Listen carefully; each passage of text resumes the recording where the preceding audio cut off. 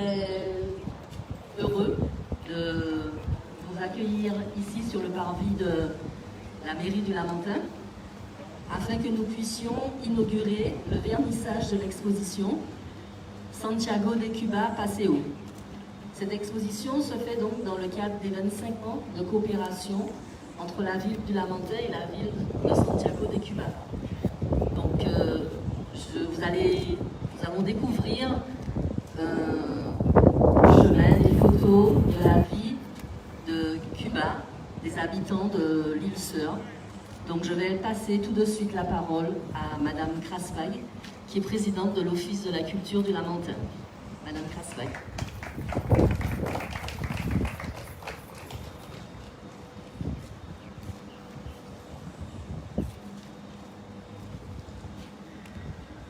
Bonjour à tous et à tous. Permettez-moi de vous souhaiter la bienvenue au Lamentin pour cette exposition. Cette année marque les 25 ans de jumelage entre la ville de Santiago et la ville du Lamentin. Et c'est dans ce cadre que s'inscrit cette exposition photographique hors les murs de Jean-Louis Saïz, intitulée Santiago de Cuba Paseo. L'idée principale est d'offrir à la population lamantinoise la possibilité de vivre au rythme de Santiago à travers des scènes de vie, de paysages, d'architecture cubaine mises en valeur par des sublimes photos. Vous trouverez des similitudes de manière d'être et de vivre avec nos frères et sœurs cubains, donnant sens à ce jumelage, tant nous nous ressemblons. Nous vous invitons à passer à cheminer au milieu de ces clichés artistiques, situés sur les lieux historiques du centre-ville.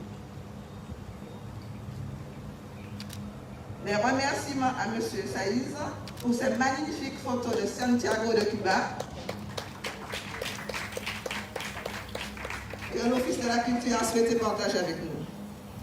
Les remerciements également à Charpente des services techniques de la ville, service discothèque de la médiathèque du Lamentin et aux instances institutionnelles, la DAC et CTM.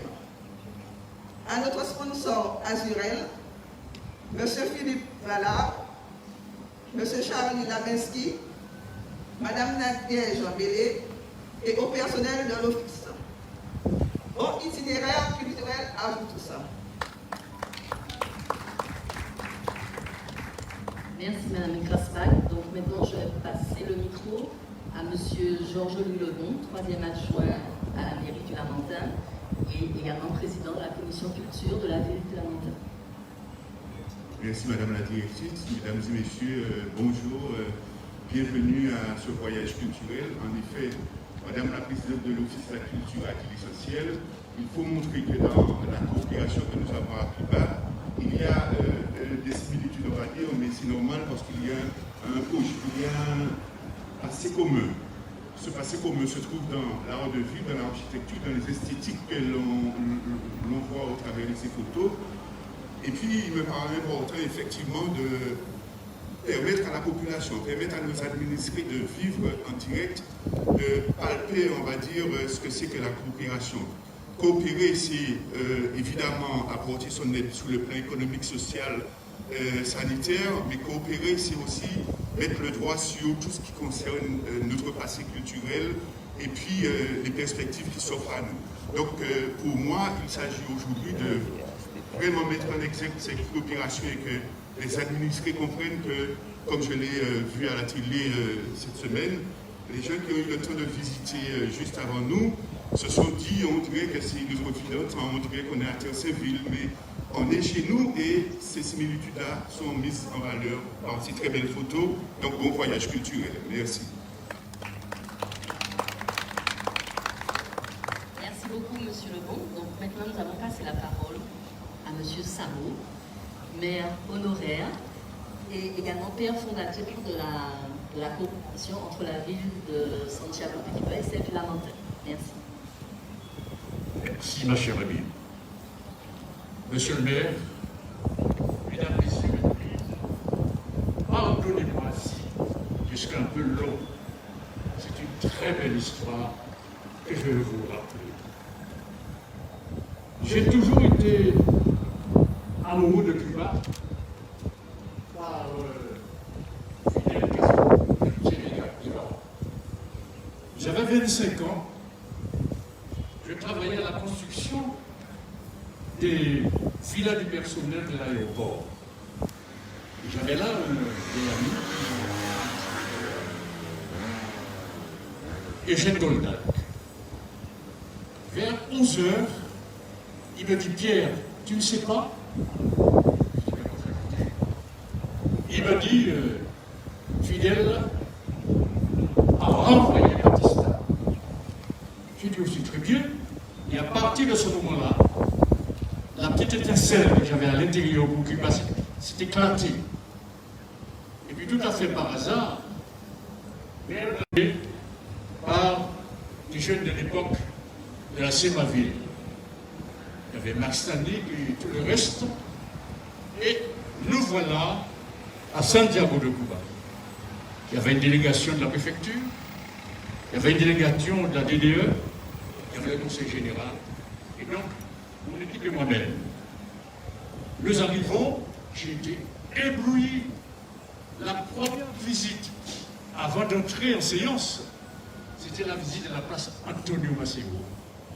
Quand je suis arrivé là, j'ai été ébloui, écrasé de voir ce géant de monde. Et nous voilà en salle de séance. Et vous savez à l'époque pourquoi nous nous sommes rendus.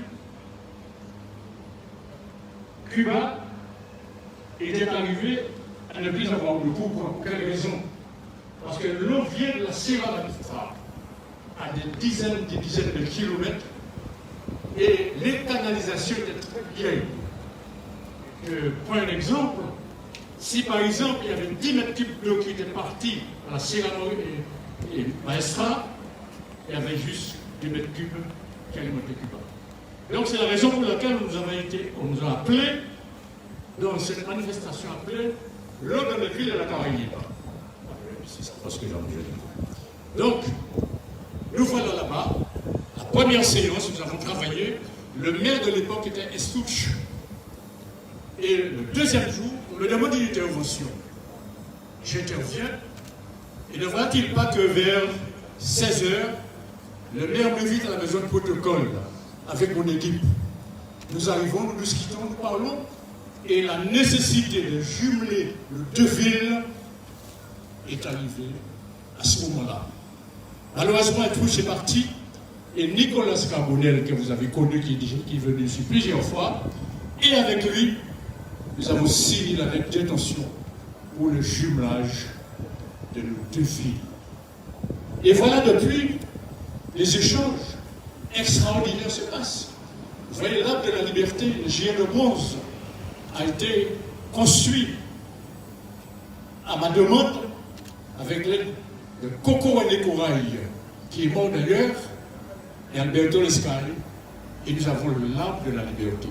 Ça a entraîné énormément de choses. Et je passerai sous silence un certain nombre de choses que nous avons, un certain nombre de réussites que nous avons eues dans le sport, l'éducation, tout. Et jusqu'ici, notre jumelage est très vivace. Ce que je souhaite surtout, c'est que nous continuions dans les belles manières parce que les Cubains sont à la tête de beaucoup de choses. Il y a des milliers de médecins cubains qui sont à travers le monde. Et le maire vient de me dire à l'instant, parlant de 90% de la population cubaine a reçu donc les vaccins. Moi qui vous parle, j'ai pris mes 2 vaccins pour l'épouse, et puis le rappel, je le prends là le 2 novembre. Et que par conséquent, c'est une très belle histoire. Il fallait absolument, rapidement, que je vous explique comment j'ai été passionné de la rencontre de ce peuple. Je suis un peu amoureux de l'Amérique latine, et que par conséquent, je garde au fond de moi tout ce que nous avons découvert, tout ce que nous avons fait ensemble avec la ville de Santiago de Cuba. Je vous remercie, Monsieur le Père. Dieu m'excuse.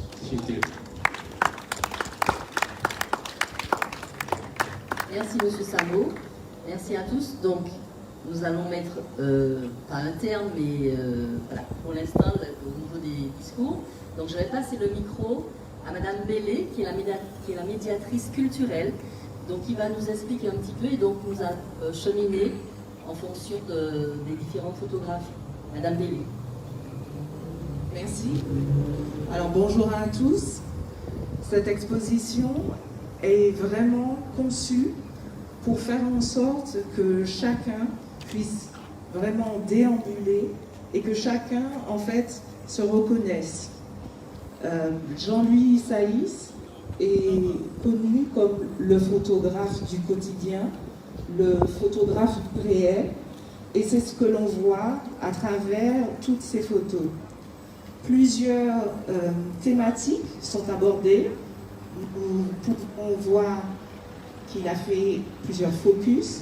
Un focus sur l'architecture, un focus qui nous emmène dans la révolution qui est, nous le voyons, très, très actuelle. Et puis surtout, nous avons des photos qui sont sensibles, des photos qui nous lient avec le peuple. On voit que ces photographies, elles sont en lien avec le populaire. Alors, nous allons commencer par la première thématique, la thématique de la révolution. Je vous invite à regarder cette première photo. Alors, je me déplace. Avant de se déplacer, vous m'excusez, j'ai oublié quand même de vous présenter M. Saïs, Jean-Louis Saïs, qui est avec nous là, le photographe. Et donc, il aura le mot de la fin au niveau du centre culturel du Bourg. Donc voilà, merci. Et je remercie également la présence de la députée, Mme Manin, qui nous a rejoints. Merci beaucoup. Voilà, alors nous allons commencer le parcours.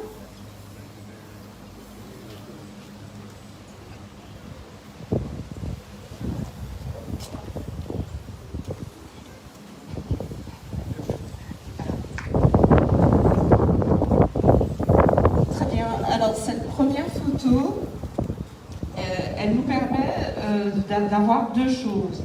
D'avoir de rentrer dans le réel et avec les perspectives que font toutes les colonnes, eh bien, on a vraiment la sensation de déambuler en même temps que le photographe et en même temps, en fait, que les personnes. Et c'est une des caractéristiques de ces photographies. Elles sont donc dans un format qui permet réellement de nous ancrer dans ce réel.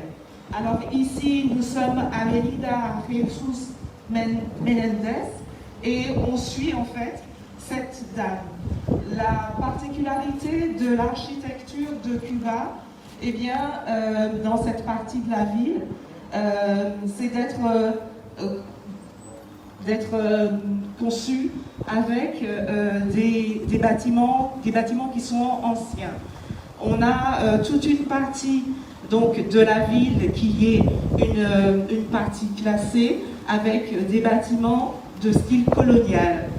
Ici, nous sommes dans le réel, nous sommes dans le présent et pour autant, on a un peu l'impression d'être un peu arrêté dans le temps. Et c'est ce que l'on va voir lorsque l'on va cheminer et découvrir d'autres photographies donc, qui sont conçues dans ce quartier qui est un quartier avec une architecture coloniale. Je vous invite à poursuivre.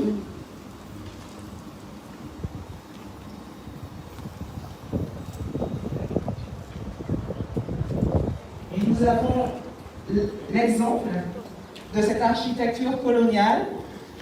Santiago de Cuba est une ville ancienne, une ville qui a été conçue, on va dire, en 1515.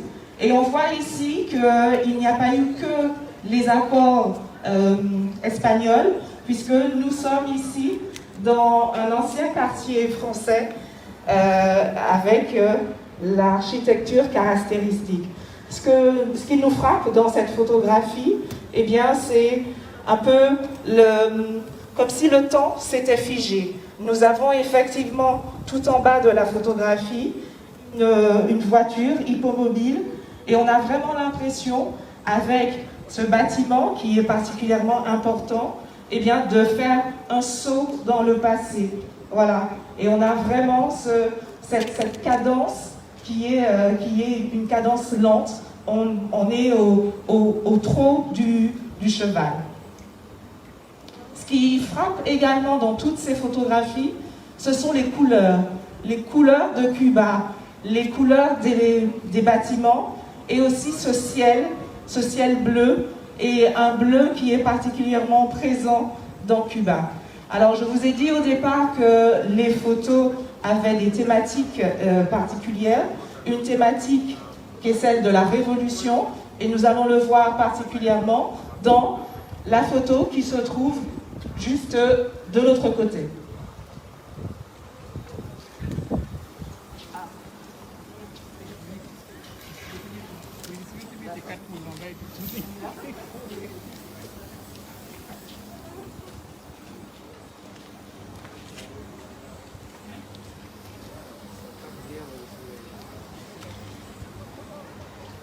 Révolution que nous trouvons dans cette photographie, révolution et mouvement, puisque nous avons cette moto, une moto qui est en mouvement, et cela montre en fait l'importance de la révolution pour le peuple cubain.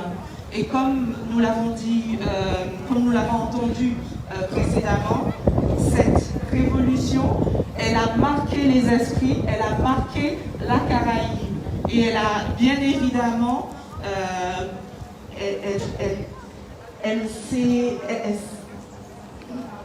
c'est une révolution qui a fait les autres peuples de la Caraïbe se poser des questions sur leur propre avenir. Donc nous avons ici des mots qui sont particulièrement importants: altruisme, sacrifice, solidarité, modestie.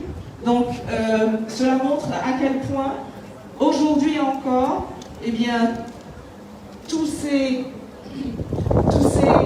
thèmes sont importants pour le peuple cubain. Je vous invite à continuer, et nous allons nous diriger donc vers l'ancien hôtel de ville.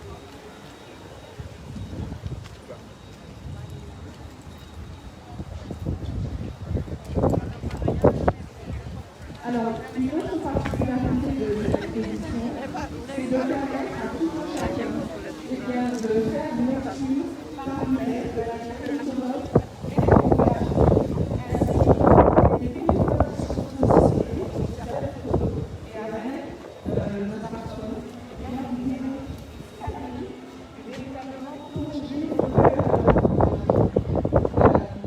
de la rendre effectivement la démonstration est très autonome et aussi dans la nature.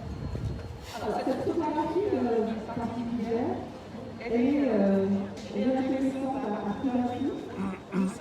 Là encore dans un quartier populaire, et nous avons le mouvement. Un mouvement donc qui est saisi sur le vif, et on voit donc qu'il y a une progression donc d'un côté et de l'autre. Mais ce qui nous intéresse, eh bien, c'est la présence de ce mur. Il ne s'agit pas de n'importe quel mur, puisqu'il s'agit en fait de la clôture, et il y a une maison derrière. La maison, elle est alimentée en eau, voilà, et puis, on voit cette balustrade. Et ce qui nous frappe dans cette balustrade, ces petites figurines qui sont sculptées, des figurines qui représentent des femmes nues. Et c'est un peu cette photo, c'est la rencontre du passé et du présent. Et on remarque à quel point ce mur qui est constitué de tôle est un mur qui nous parle, un mur qui fait sens. On peut noter la présence de chiffres, on voit un peu se dessiner des visages.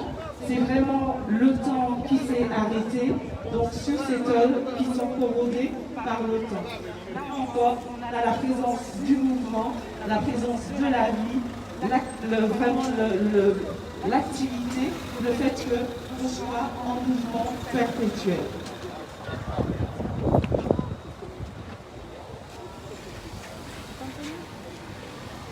Alors je vous invite à me suivre, nous allons donc nous diriger vers l'ancien hôtel de ville.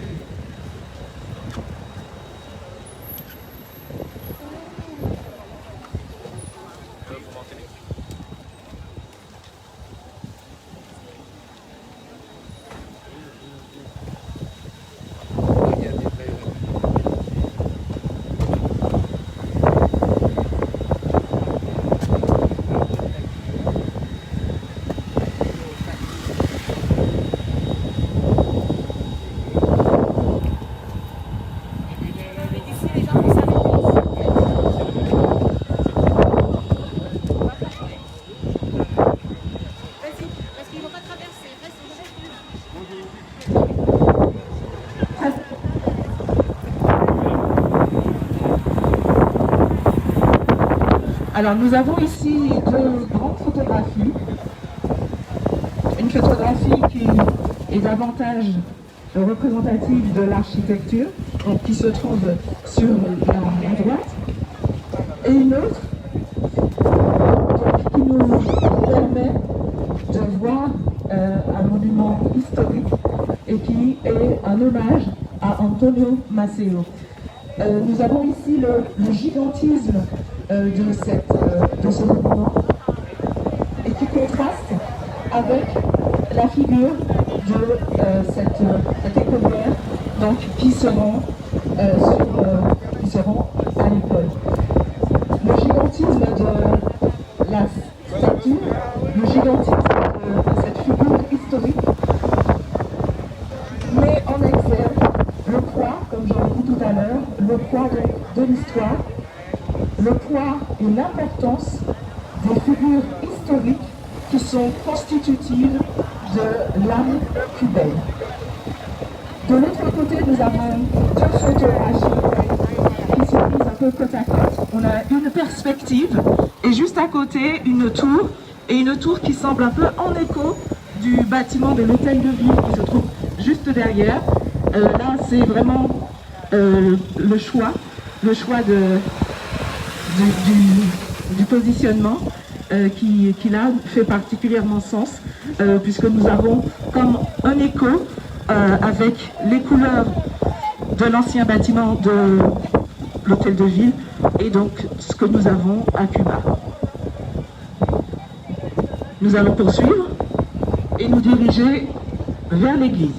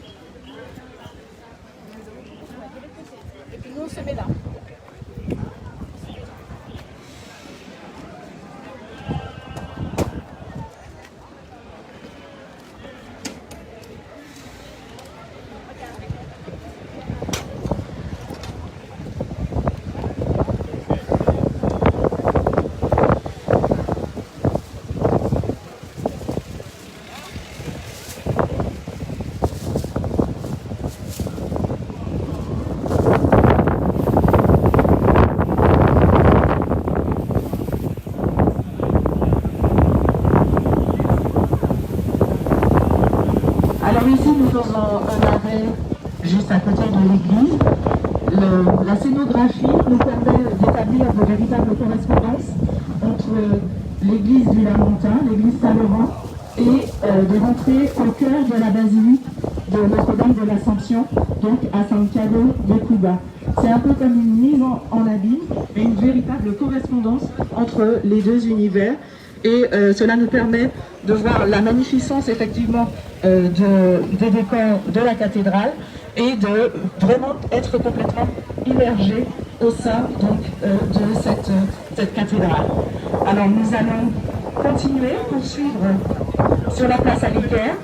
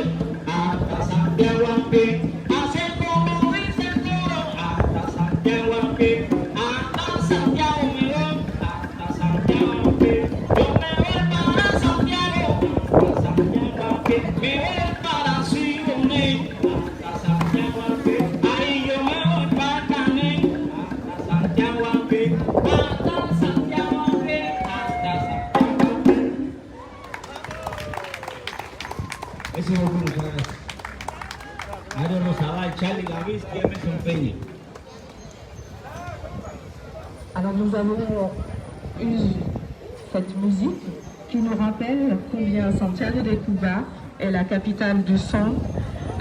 Nous avons des références à Buenavista Social Club. Et dans cet espace, nous avons donc des photos qui sont là encore une autre caractéristique donc, du travail de Jean-Louis Saïs. Nous sommes dans le réel avec par exemple cette marchande qui dès le matin donc se déplace avec son stand. C'est ce qui est très particulier donc dans cette photographie. Elle se déplace, elle va donc sur le marché pour effectuer ses ventes et il y a déjà tout sur son petit chariot. Il y a même sa chaise comme vous pouvez le voir. Alors les fruits et les légumes cultivés dans les alentours sont vendus et donc à la population. Nous avons d'autres photos qui nous montrent le réel et une photo qui a la particularité de nous donner l'impression d'être véritablement dans un quartier tel que le quartier de Terre-Saint-Ville. On a cette plongée, cette vue vraiment plongeante sur la réalité du quartier avec tous ces fils électriques. On a la Sierra Maestra que l'on voit donc dans l'arrière-plan. On est véritablement, là encore, dans le quotidien, on est dans le réel. Et vous pouvez remarquer que dans beaucoup de photos, une des caractéristiques, eh bien, ce sont les sourires. On a les regards qui sont vraiment confrontés à nous-mêmes. Et Jean-Louis Saïs expliquait combien il avait été très facile pour lui de rentrer en contact donc, avec ces personnes. On voit la complicité qui s'établit avec les personnes qui sont photographiées. Nous continuons.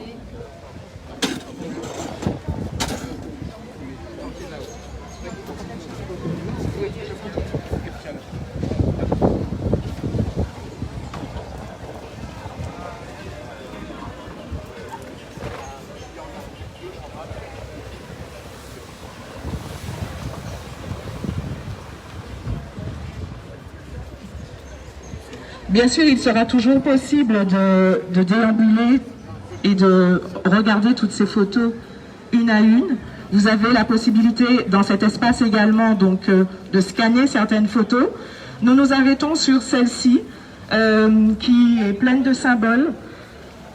Nous avons tout d'abord, donc nous sommes dans un quartier populaire et ce qui fait sens, eh bien c'est tout d'abord ce que l'on voit, ce monsieur qui est à l'entrée de cette petite boutique. On voit comment l'intérieur est composé d'objets un peu hétéroclites. Et ce qui nous frappe, eh bien, c'est son t-shirt avec le drapeau américain.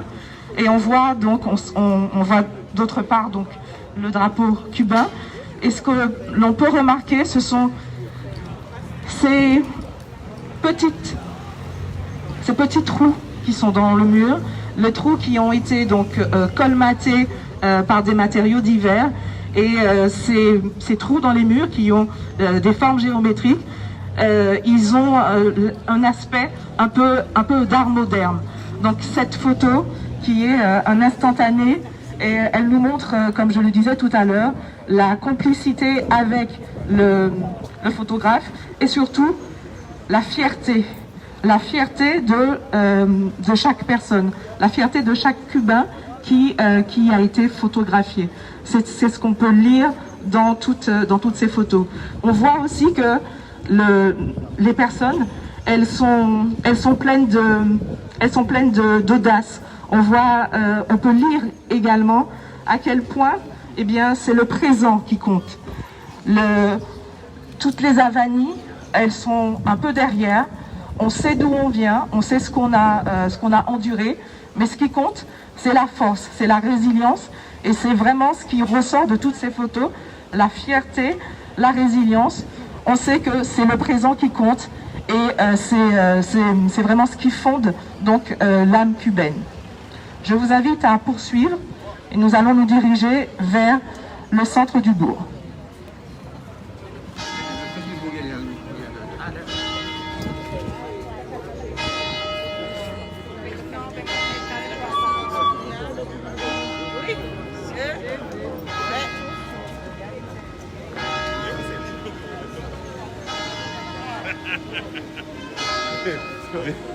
Misa, on fait Misa. Exactement.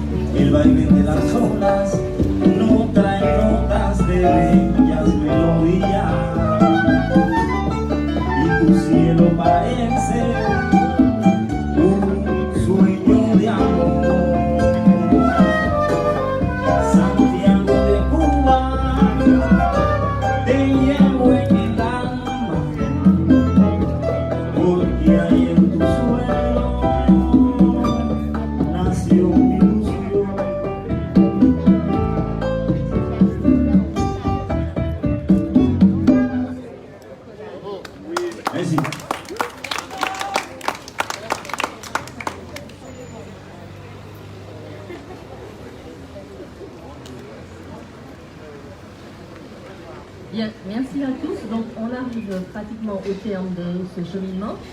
Donc, je vais inviter M. Saïz à venir nous dire quand même quelques mots, puisque c'est lui l'auteur de toutes ces belles photos et de ce beau cheminement. Merci.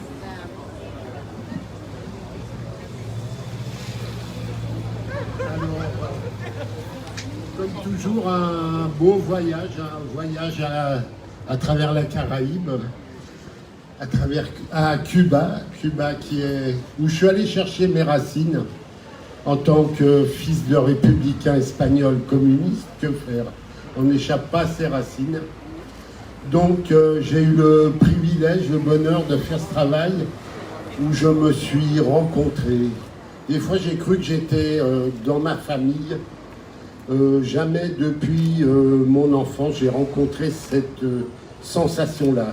Alors pour faire ça, il a fallu pouvoir le faire, et pour ça je remercie l'Office de la culture du Lamentin, la ville du Lamentin.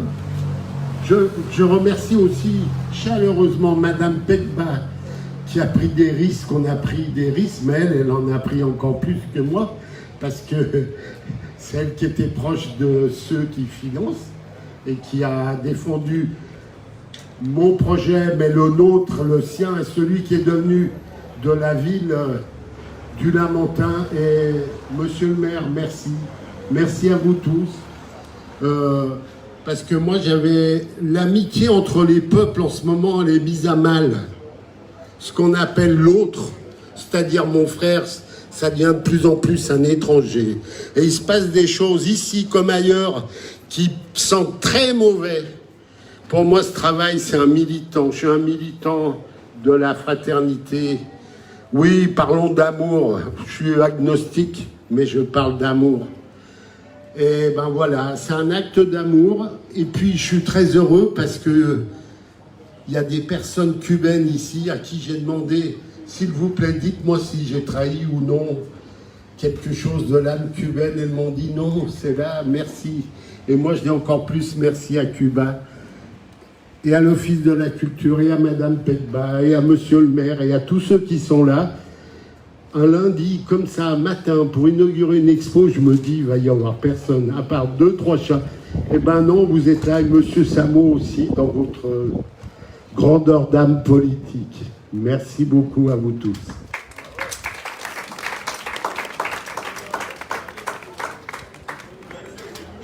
Donc, maintenant, nous avons invité M. David Zobda, maire de la ville de Lamentin, à clôturer ceci. Et nous allons poursuivre après avec une vidéo que vous pourrez regarder, qui sera projetée sous le kiosque là. Merci beaucoup. Bonjour à tous et à toutes. Bonjour à celles et à ceux que je n'ai pas salués. Je voudrais vous dire combien je suis heureux. Ah, vous voyez la preuve, le téléphone sonne. Voilà. Combien je suis heureux d'être avec vous ce matin dans les rues du Lamentin. C'est un double plaisir. Le premier d'entre eux, c'est que nous arrivons enfin à renouer avec une activité culturelle, à renouer avec une sortie en extérieur, renouer avec une expression artistique partagée par des personnes qui, sans crainte et sans peur, arrivent à sortir et à venir. C'est peut-être le signe ou le signal que quelque chose doit reprendre, que la vie doit reprendre, et qu'il nous faut continuer à poursuivre dans cette voie, à créer des événements. Il faut vivre peut-être avec le virus, mais il ne faut pas avoir peur du virus. Il faut que la vie sociale s'exprime, que les distances que M. Saïz vient d'exprimer, qui se créent entre les gens du fait de la Covid, eh bien, que la culture puisse ramener les gens à des proportions humaines, à des relations humaines. Donc je suis très content de ça. Et puis je suis aussi très heureux de pouvoir clôturer cette journée, cette matinée. Je voudrais adresser quelques remerciements, bien évidemment, à l'ensemble de mes élus, et en particulier ceux qui travaillent sur la culture, le président de la commission culture, la présidente de l'Office de la culture, Madame Monique Raspac, le président de la culture, c'est Jean-Louis Lebon. Ce sont des collègues qui sont particulièrement investis de la chose culturelle et qui partagent avec moi une sensibilité très forte, notamment sur la relation caribéenne et en particulier celle avec Santiago. Je veux aussi remercier tous les cadres et agents de l'Office de la Culture. Je demande à Mme Méraud de faire redescendre ces remerciements appuyés. J'ai évidemment un remerciement particulier pour Patricia, que je vous demande d'applaudir. Patricia qui a repris la direction du Centre culturel du Bourg et qui excelle dans les programmations, et celle-là en est une. Merci beaucoup pour ce voyage que tu nous as offert. Et puis je remercie aussi Mario et son groupe. Mario est là. Merci Mario. Merci aux musiciens. Et un salut particulier pour Charlie Nalesti. Alors plus fort que ça parce qu'aujourd'hui c'est son anniversaire.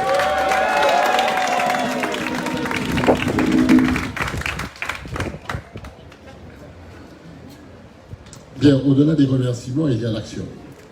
L'action, c'est l'expo photo. Et vous avez pu apprécier le talent, l'œil, le regard particulier de ce formidable photographe qui est M. Saïs, que je vous demande encore d'applaudir. Moi, je pense que l'expression de ces photos, sa production artistique est liée évidemment à sa sensibilité, est liée surtout à son engagement militant, son engagement philosophique, son engagement humaniste. C'est tout ça qui transpire dans ces photos, parce que son œil, son regard va chercher l'humanité là où elle est. Il va chercher l'identité là où elle se trouve, l'authenticité. On dit de lui que c'est le photographe du quotidien, celui qui arrive à saisir les instants de vie simple, de vie comme ça, anodine de tous les jours. Mais c'est ça qui exprime le fond d'un peuple, la réalité vivante de ce que vit un peuple. Et nous saisissons parfaitement, à travers les photos qui nous sont proposées, quelle est la vie à Santiago de Cuba. Ce que vous avez vu, c'est Santiago. C'est pas Cuba, c'est Santiago. C'est dans Cuba, mais c'est Santiago. Je le dis parce que la ville de Santiago a pour moi une marque particulière, une culture particulière, un esprit particulier. Et Santiago, c'est différent de la Havane. Je ne dis pas que la Havane, c'est pas bien au contraire. Mais il y a quelque chose qui s'exprime à Santiago, quelque chose de caribéen. D'une ville qui est tournée vers le bassin caribéen et qui nous ressemble. Vous avez vu les gens, on croirait les gens d'ici. Vous avez vu les boutiques, vous avez vu les maisons. Souvent, dans les couleurs, dans la manière de vivre, on a le sentiment d'être chez nous, d'être avec des frères, avec des sœurs qui partagent la même actualité que nous. Mais c'est ça, Santiago. Santiago, c'est la ville la plus caribéenne de Cuba. C'est celle qui est ouverte sur le bassin. Et c'est comme ça qu'il faut comprendre ça. Donc je remercie vraiment M. Saïs d'avoir bien saisi cette âme cubaine et de l'avoir traduite aussi bien ici, l'âme de Santiago. Et vous avez bien compris que nous sommes tous ici un peu amoureux de cette ville, un peu en lien étroit avec elle. Pierre Samo, tout à l'heure, que je remercie vraiment pour nous accorder cette matinée. Merci Pierre de ta présence. Merci beaucoup. Pierre Samo a exprimé de manière magistrale, comme il sait le faire, ce qu'ont été ces 25 années de coopération. C'est vrai que pendant 25 ans, nous avons fait beaucoup de choses. Et aujourd'hui, il nous appartient à tous de tracer ce que sera demain la coopération. Vers quoi irons-nous? Allons-nous continuer à faire vivre cette coopération? Oui, bien évidemment. Bien évidemment et très naturellement, nous allons la poursuivre. D'abord, nous allons la poursuivre dans le respect de ce que nous avons déjà défini, c'est-à-dire pas d'ingérence. Jamais quelqu'un de Santiago n'est venu ici pour me dire que j'aurais dû faire ci ou j'aurais dû faire ça. Mais de même, jamais je suis allé à Santiago, et Pierre Samo aussi. Nous sommes allés à Santiago pour dire vous devez faire ça ou ci ou ça. Chacun fait en fonction de ses moyens et en fonction de sa situation locale. Et il est bien évident que nous ne rentrons pas dans des dimensions purement politiques. Ensuite, nous exprimons une valeur très forte, c'est le respect. Nous nous respectons. C'est-à-dire que chaque personne a son rang, a sa place. Quand nous sommes à Santiago, nous sommes animés d'une force morale très forte qui nous pousse à respecter le peuple cubain et à l'aimer. De même, le peuple cubain nous aime et nous respecte aussi. Et ensuite, nous sommes engagés sur la loyauté et la fidélité. On a l'impression d'un véritable mariage, mais c'est ça. La loyauté et la fidélité. La loyauté dans ce que nous faisons, c'est-à-dire nous disons des choses, nous exprimons des choses, et la fidélité parce que nous continuons contre vents et marées. Et la première chose qui apparaît dans les conventions que nous signons tous les 3 ans avec Santiago, c'est la solidarité. Nous avons un engagement de solidarité. S'il arrive quelque chose quelque part, à Santiago ou au Lamentin, eh bien, la ville sera présente et va aider l'autre. Nous l'avons fait pour Santiago, Santiago l'a fait aussi pour le Lamentin. Donc cet esprit de solidarité est très fort. Et puis, nous avons décliné déjà des thématiques qui tournent autour de la culture, le sport, la biodiversité, l'environnement, les risques majeurs, la médecine. Bon, nous allons poursuivre sur tous ces aspects-là. Bien évidemment en faisant des choix en fonction des périodes et des sujets, mais nous allons amplifier le travail que nous avons fait sur la biodiversité et l'environnement, évidemment. Nous allons poursuivre activement sur la culture et l'éducation. Ce sont des éléments fondamentaux qui fondent le peuple et qui éduquent. Donc nous allons poursuivre sur ces aspects-là. Le sport, évidemment, parce que nous avons des perspectives qui sont très intéressantes. Je rappelle à tous ceux qui sont là que le meilleur président de Santiago, c'était Raúl Fornes Valenciano, Raúlito. Raúlito est aujourd'hui vice-ministre des Sports du gouvernement de Cuba. Donc ça veut dire que par son biais, il est président d'INDER. Par son relais, on peut aussi accéder à d'autres niveaux de coopération pour nos clubs et associations du Lamentin et pourquoi pas de la Martinique. Mais nous allons aussi orienter la coopération vers ce qui nous pousse et qui doit pouvoir faire progresser nos deux pays, nos deux peuples, à savoir la coopération économique et la coopération scientifique et technique. Et pour cela, nous avons plein de projets. Et si vous voyez pas loin de moi les ingénieurs et techniciens de DEFIA, c'est tout simplement parce que nous portons un projet sur le Lamentin plus grand, la réhabilitation de la friche hospitalière. Et sur cette réhabilitation, nous avons un grand projet que je ne vais pas dévoiler aujourd'hui, mais qu'on va intituler Caribiotech. Voilà. Caribiotech. L'idée, c'est de créer un centre de recherche caribéen avec tous ceux qui travaillent sur les plantes médicinales, sur les autres éléments liés au patrimoine de la biodiversité, pour nous permettre enfin de pouvoir créer une unité de production de médicaments que nous pouvons faire ici. Et nous allons donc travailler dans ces espaces-là, avec à la fois une finalité de recherche et de développement scientifique, mais aussi de production économique. Voilà les aspects sur lesquels nous allons axer la coopération. Mais bien évidemment, le facteur humain est essentiel. Nous allons nous voir et échanger sur les langues, sur les pratiques, sur la culture et sur l'éducation, parce que c'est fondamental. En tout cas, je souhaite longue vie à cette coopération. Je sais que tous et toutes vous partagez avec moi ce souci d'aller plus loin et d'entretenir toujours ce lien que nous avons avec Santiago, et pourquoi pas de l'étendre à d'autres collectivités. Nous avions une coopération tripartite, Santiago, ville du Lamentin et Haïti, et la ville de Carrefour en Haïti sur les risques majeurs, les tremblements de terre notamment. Malheureusement, la situation en Haïti fait que ce n'est pas forcément possible aujourd'hui de travailler avec Carrefour, mais nous n'abandonnons pas. Il y a la Caraïbe anglophone qui est aussi ouverte. L'idée, c'est de resserrer les liens et de créer un véritable réseau des villes en coopération pour que cette Caraïbe soit solidaire, qu'elle soit forte et qu'elle soit, en termes d'échange, au service des populations. Nous voulons créer ce lien, cette grande diaspora caribéenne, et relier les îles entre elles par des projets, par des idées et par des hommes. Merci beaucoup à tous et à toutes.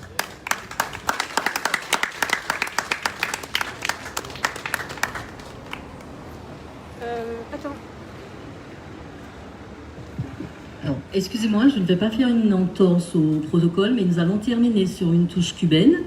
Et je tiens, avant d'appeler Livia et les autres cubaines qui sont ici avec nous, à remercier la ville de Santiago de Cuba qui a quand même autorisé Monsieur Saïz à faire toutes ces photos, puisque pour qu'il puisse y aller, effectivement, nous avons dû demander des autorisations pour qu'il puisse effectivement nous ramener tous ces beaux clichés. Donc merci encore à la ville de Santiago, merci à la coopération.